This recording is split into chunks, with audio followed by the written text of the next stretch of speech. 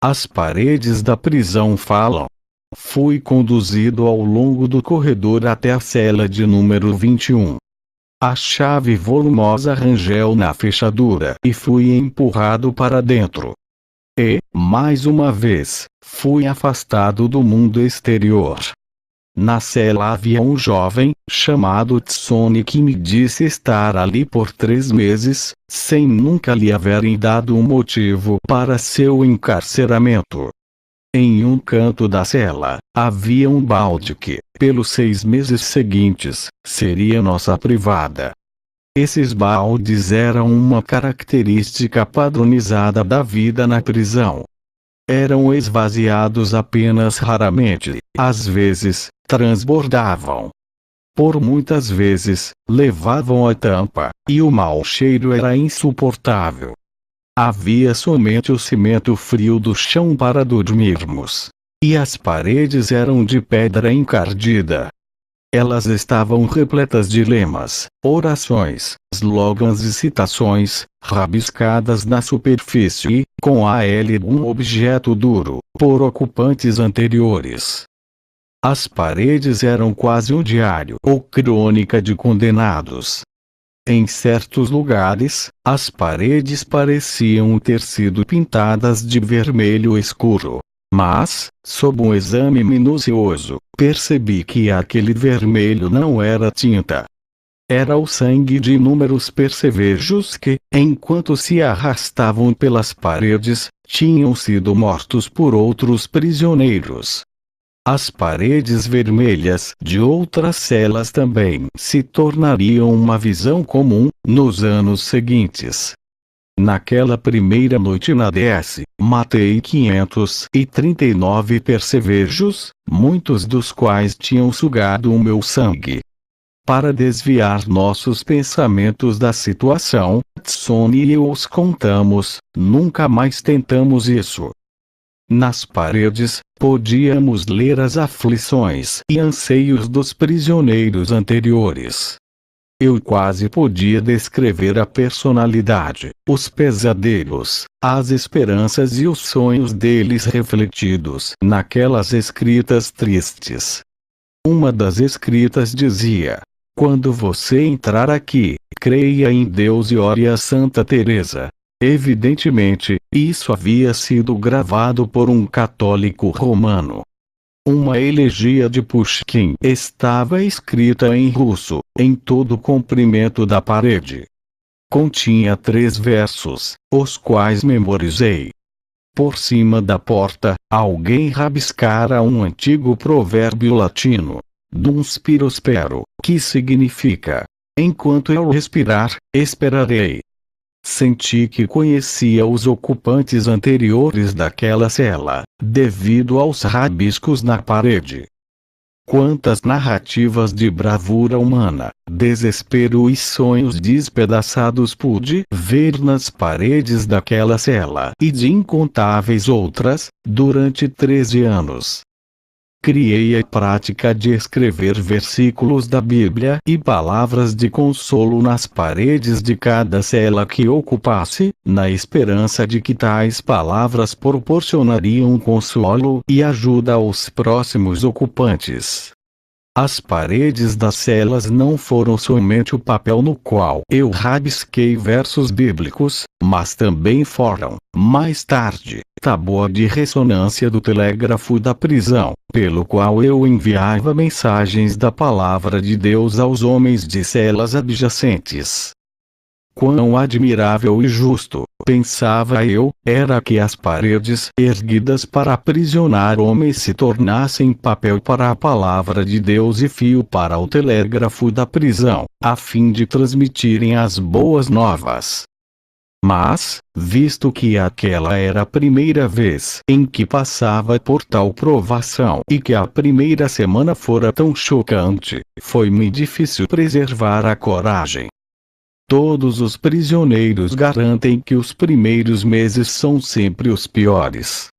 Eu pensava comigo mesmo: se o homem que rabiscou na parede as palavras enquanto eu respirar, esperarei e pôde manter viva a sua esperança, certamente eu, que sou crente, poderei colocar toda a minha vida nas mãos de Deus. Preguei um sermão para mim mesmo e me senti melhor.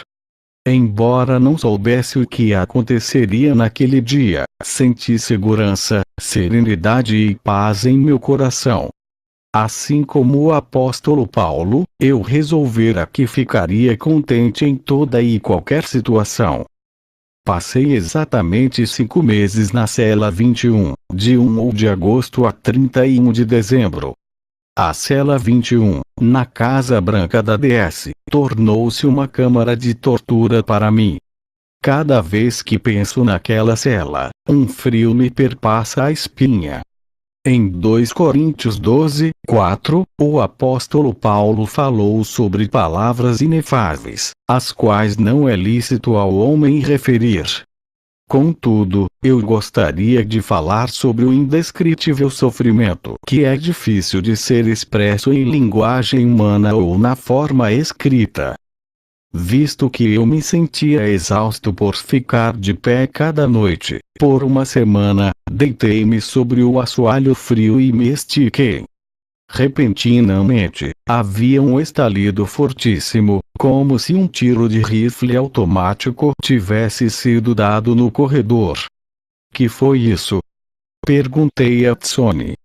Ele sorriu e explicou que o ruído era feito intencionalmente pelos guardas, a fim de assustar os prisioneiros e impedi-los de dormir. O ruído era feito com um golpe forte de uma barra de ferro, dado nas portas das celas.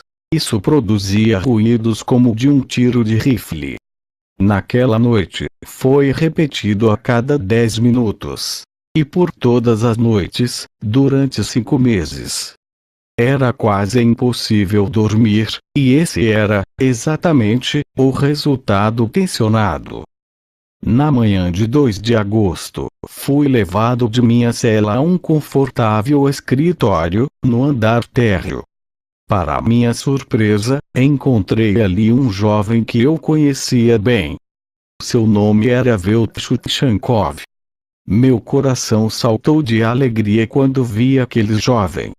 Eu o conhecia desde que ele era menino. Também sabia que ele era um comunista. Quando os comunistas chegaram à Bulgária, nos calcanhares do Exército Vermelho, em 1944, Veltcho se unirá imediatamente a eles. Nos 3 anos seguintes, ele se tornará o chefe da polícia secreta de Burgas.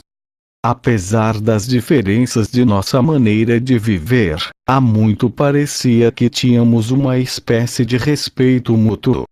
Portanto, alegrei-me por vê-lo novamente e pensei que aquele seria o primeiro raio de esperança, desde meu aprisionamento. Mas, como ele havia mudado. Um mês depois, fiquei sabendo que Veltcho, meu velho amigo, fora o organizador de toda a campanha contra os pastores evangélicos. Eu vi o que o poder é capaz de fazer com um homem. Quando os comunistas estão fora do poder, frequentemente se mostram cordiais, cooperadores e brandos. Mas, se chegarem ao poder, veremos o que eles realmente são. Aqueles que brincam com o comunismo devem lembrar-se da história de Veltcho, o gentil comunista que obteve poder. Os partidos comunistas, quando estão fora do poder, parecem propositalmente razoáveis e gentis. Mas, logo que chegam ao poder, revelam a sua verdadeira natureza. As prisões estavam repletas de pessoas que pensavam que os comunistas eram somente outro partido político. Muitas das pessoas que diziam serem os comunistas apenas outro partido político, e que os toleravam, foram executadas quando eles tomaram o poder. Os países ocidentais que toleram partidos comunistas devem tomar cuidado. Aqueles pequenos partidos talvez pareçam brandos agora, mas, se conquistarem o poder, esses países verão a verdadeira natureza dos comunistas, assim como aconteceu conosco. Eu disse: Velticho, é ótimo vê-lo novamente. Ele me olhou com hostilidade e disse: Conhecemos-nos um ao outro, Popov, e eu lhe aviso que, se quiser ver novamente sua esposa, terá de fazer exatamente o que eu lhe disser. Mas, o que fiz eu, Velticho? Ele replicou, gritando: Nunca me chame de Velticho, novamente. Sou o camarada Pchankov, e você é o prisioneiro Popov. Nunca esqueça isso. Ele prosseguiu: Você precisa reprovar os seus crimes. Se confessar isso, será muito mais fácil para você. O governo do povo é muito clemente, e perdoaremos todos os seus crimes. Sabemos que você é uma pessoa boa, mas terá de conformar-se a nós e à nova sociedade que estamos erigindo. Eu ouvi estas palavras: terá de conformar-se a nós, durante 13 anos. Em seguida, uma torrente de palavras fluiu dos lábios de Velticho. Repito: você precisa conformar-se a nós e confessar os seus crimes. Gritou ele. Se você se recusar a obedecer-me, estará fazendo o pior erro de sua vida. E só terá de lamentar-se.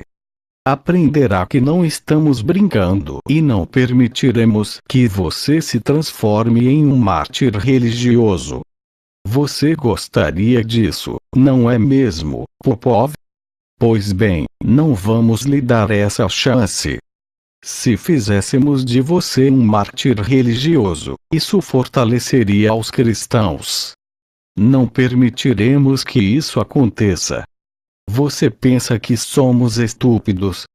Vamos caluniá-lo e difamá-lo até os cristãos mencionarem o seu nome com desgosto.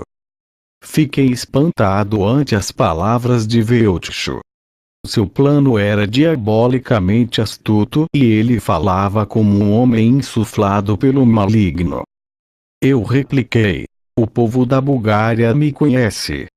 Eles saberão a verdadeira razão. Velticho apenas riu. Mais tarde percebi que eu estava lutando contra especialistas em fazerem o preto parecer branco, e a verdade parecer mentira.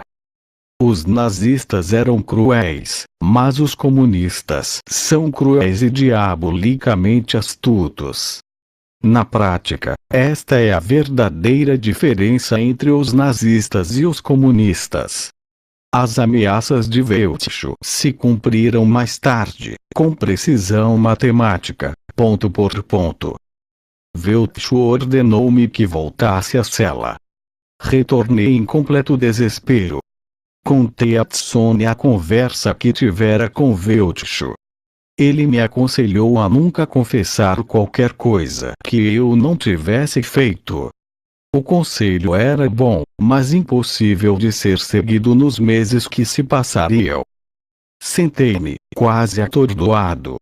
Eu pensara que os comunistas eram apenas homens mal orientados. Mas aquele encontro com Velticho me abalou profundamente. Percebi que estava combatendo a astúcia e a maldade do próprio Satanás. Pela primeira vez, a enormidade do que eu enfrentava e a astúcia daqueles homens diabolicamente inspirados me atingiram.